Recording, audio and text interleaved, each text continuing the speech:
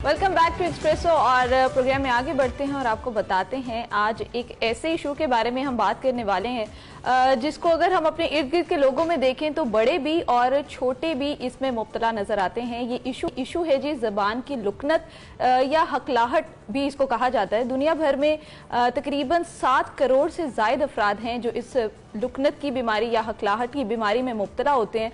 ये होती क्यों है, इसका कोई हल मौजूद है या नहीं, और इसके अलावा क्या इसका इलाज मुमकिन है, इस पर बात करने के लिए हमारे साथ मौजूद हैं हमारे नफ्सियात हैं डॉक्टर अलेक। इनका ताल्लुक PF हॉस्पिटल से है, इस्लामाबाद से। अस्सलाम वालेकुम डॉक्टर साहब। वालेकुम अस्सलाम, thank you so much for your invite. Thank you doctor साहब। सबसे पहले तो बताइए कि इसको हम किस तरह डिफाइन करेंगे लुकनत को, और फिर ये बच्चों को ये मसला क्यों दरपेश होता है ज़्यादा? सबसे पहले तो अंडरस्टैंडिंग की ज़रूरत है कि स्टैमरिंग होता क्या है। स्टैमरिंग बेसिकली बोलचाल में रुकावट को कहा जाता है कि लोग जो स्टैमरिंग के साथ होते हैं वो ठीक बोलने की कोशिश करते हैं लेकिन वो फिर भी ठीक तरीके से अपने अल्फाज की अदायगी नहीं कर सकते। बात करते करते बार बार रुक जाते हैं, उनके अल्फाज फंस जाते हैं, अपने अल्फाज को बार बार दोहरा रहे होते हैं और बहुत जोर लगाते हैं अपनी बात को कम्युनिकेट करने में, लेकिन वो अनफॉर्चुनेटली अपनी बात को कम्युनिकेट नहीं कर पाते। और ये समझने की ज़रूरत है सबसे पहले कि ये कोई डिसेबिलिटी नहीं है। Stammering is not a disability. Disability basically क्या होता है कि जब आप मूव नहीं कर सकते, मसलन किसी का हाथ है, किसी का पाँव है, या कोई देख नहीं सकता, कोई सुन नहीं सकता, कोई बोल नहीं सकता, तो वो डिसेबिलिटी में आता है। ये बेसिकली एक स्पीच डिसऑर्डर है जो कि ठीक भी हो सकता है, जिसकी मैनेजमेंट भी है और जो क्योरेबल भी है। But if it left untreated तो क्या होता है, ये बढ़ती उम्र के साथ साथ ये बीमारी जो है बढ़ती जाती है, बजाय कम होने के ये बहुत सिवियरिटी लेवल की तरफ चली जाती है।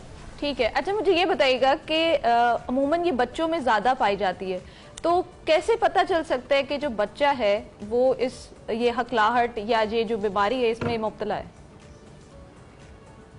देखिए, सबसे पहले तो ये समझने की ज़रूरत है कि स्टैमरिंग की कितनी एग्ज़ाम हैं। 3 तरह की एग्ज़ाम होती हैं स्टैमरिंग की। कि एक है डेवलपमेंटल स्टैमरिंग, जिसमें क्या होता है कि बच्चे की उम्र 7 साल की होती है। अगर 7 साल से पहले बच्चा स्टैमरिंग एक्वायर कर लेता है तो इट मीन्स दैट कि उसको डेवलपमेंटल स्टैमरिंग हो गई है, जिसको जेनेटिकल स्टैमरिंग भी कहा जाता है। दूसरी जो स्टैमरिंग है उसको साइकोलॉजिकल स्टैमरिंग कहा जाता है। साइकोलॉजिकल स्टैमरिंग कब डेवलप होती है? 7 साल की उम्र के बाद होती है। लाइक बच्चा 9 साल का हो गया, बच्चा 10 साल का हो गया, बच्चा जो सा वो टीनेज में चला गया है और वो अपने नफ्सियाती इश्यूज की वजह से बच्चे में ये प्रॉब्लम अराइज होना शुरू हो जाती है।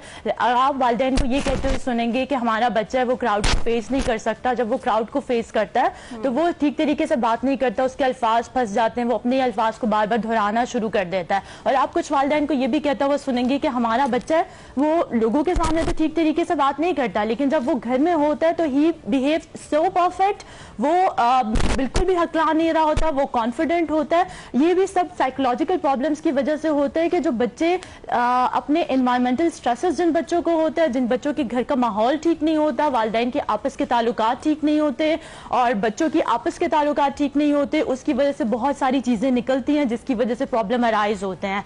और क्या होता है, हालात बहुत ज्यादा तब्दील हो चुके हैं। पहले ये होता था वालिदैन के पास वक्त होता था कि वो अपने बच्चों को प्रॉपर अटेंशन देते थे, लेकिन अब दोनों वालिदैन बहुत ज्यादा वर्किंग होते हैं, अपनी एक्टिविटीज ही रहते हैं, उनके पास प्रॉपर अटेंशन नहीं होती बच्चों को देने के लिए, जिसकी वजह से बच्चों ने अल्टरनेटिव्स ढूंढ लिए हैं। और वो अल्टरनेटिव्स क्या हैं? बच्चा स्क्रीन टाइम की तरफ इन्वॉल्व है, बच्चा मोबाइल फोन का ज्यादा यूज कर रहा है, बच्चा कंप्यूटर का यूज कर रहा है, वीडियो गेम्स का देख रहा है, जिसकी वजह से क्या होता है, बच्चा कम्युनिकेट प्रॉपर नहीं कर रहा, बच्चे की लैंग्वेज डेवलप नहीं हो रही है।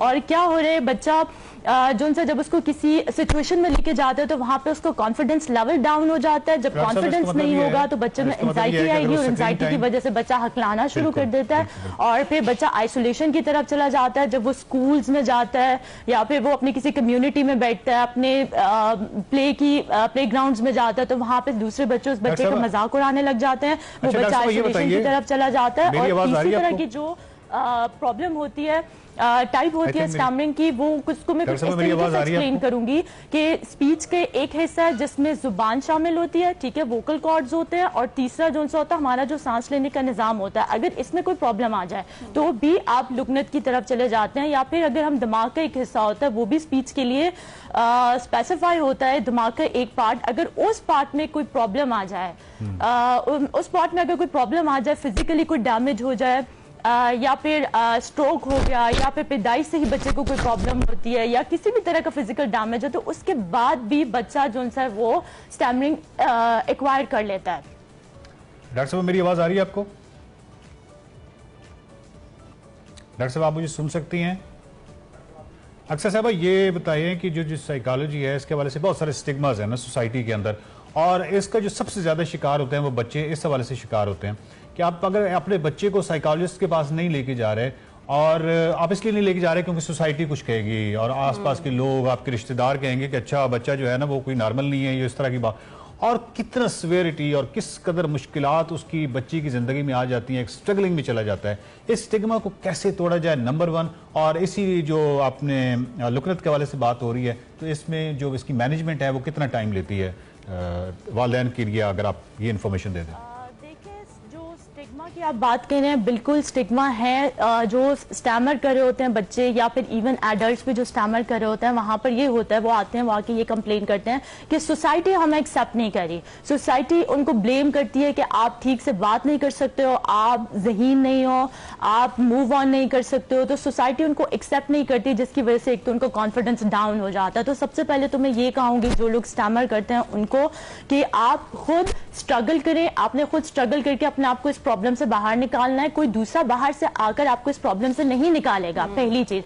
दूसरी बात ये कहूंगी कि patience is the best thing, patience होना बहुत जरूरी है।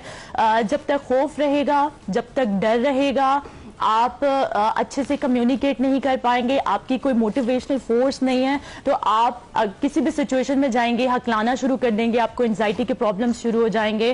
तो बेहतर ये है कि आप एक अपनी मोटिवेशनल फोर्स आपके अंदर होनी चाहिए कि आपको पता हो कि that I have to do this and I can do this, ये मोटिवेशन होनी चाहिए आप में। अच्छा, और आपको अपने आपको एक कंफर्ट जोन से पुल आउट करने की जरूरत है। कंफर्ट जोन क्या होता है कि life begins at the end of the comfort zone. अगर आप कंफर्ट जोन में रहेंगे तो आपको कोई स्पीच पैथोलॉजिस्ट भी बेशक हेल्प आउट कर रहा है, आपको सोसाइटी भी एक्सेप्ट करी है, आपको स्कूल्स में टीचर्स भी सपोर्ट कर रहे हैं, आपकी हौसला अफजाई भी हो रही है। आप जब तक अपने कंफर्ट जोन से पुल आउट नहीं करेंगे खुद को, आप इस प्रॉब्लम से बाहर नहीं निकल सकते। जहां तक आपने मैनेजमेंट की बात की, तो बिल्कुल मैनेजमेंट वो है इसकी, ये क्योरेबल है।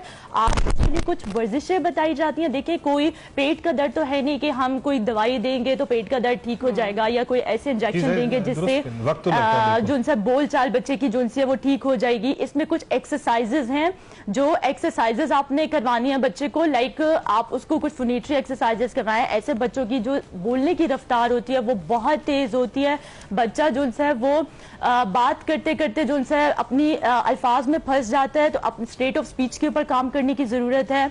इसके अलावा वालिदैन को वक्त देने की जरूरत है, टीचर्स का रोल है इसमें कि टीचर्स बच्चों के साथ बच्चों को वक्त दें कि जो साइकोलॉजिकल डैमेज हो रहा है वो ना हो।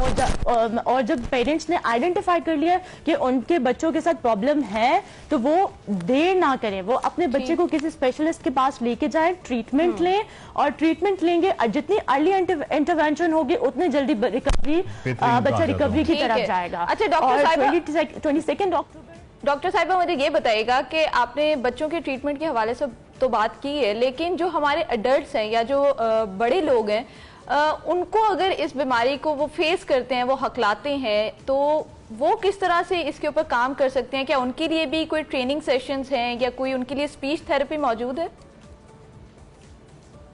बिल्कुल स्पीच थेरेपी मौजूद है। देखिए, मैंने अभी कहा है कि चाहे बच्चा हो या बड़ा हो, अब कोई दवाई नहीं है, कोई इंजेक्शन नहीं है, कोई टोटका रिक्वायर्ड नहीं है इसके लिए थेरेपी ही है। आप बच्चे को लेके जाएं, आप इवन एडल्ट्स भी जाएंगे, एडल्ट्स के लिए इंडिविजुअल 1-to-1 सेशंस भी प्लान किए जाते हैं, ग्रुप सेशंस भी प्लान किए जाते हैं, जिसमें कुछ एक्सरसाइजेस बताई जाती हैं, गाइडेंस दी जाती है कि आपके जो भी डिसकोऑर्डिनेशन आ रही है बोल चाल के मसाइल में और सांस लेने के अमल में, जो भी डिसकोऑर्डिनेशन आ रही है उसके ऊपर काम किया जाता है, ताकि जो मसले उनको कंट्रोल किया जाए, जिसमें डीप ब्रीदिंग एक्सरसाइजेज आ जाती हैं, फोनेटरी एक्सरसाइजेज आ जाती हैं। इसके अलावा जो रेट ऑफ स्पीच को कंट्रोल करने के लिए कुछ टेक्निक्स होती हैं उनको फॉलो किया जाता है, स्पीच ड्रिल्स होती हैं। ये सब काम करके एडल्ट्स की स्पीच को भी बेहतर बनाया जा सकता है। अच्छा डॉक्टर लेकिन साहब, बात वो ये कि हमारे जो एडल्ट्स हैं वो अच्छा, मुझे यहाँ पे मैं आपसे एक चीज पूछना चाहूंगी लास्ट में बिल्कुल कि जो बच्चे का ट्रीटमेंट है और जो एडल्ट का ट्रीटमेंट है, इसके टाइम फ्रेज में कोई डिफरेंस होता है?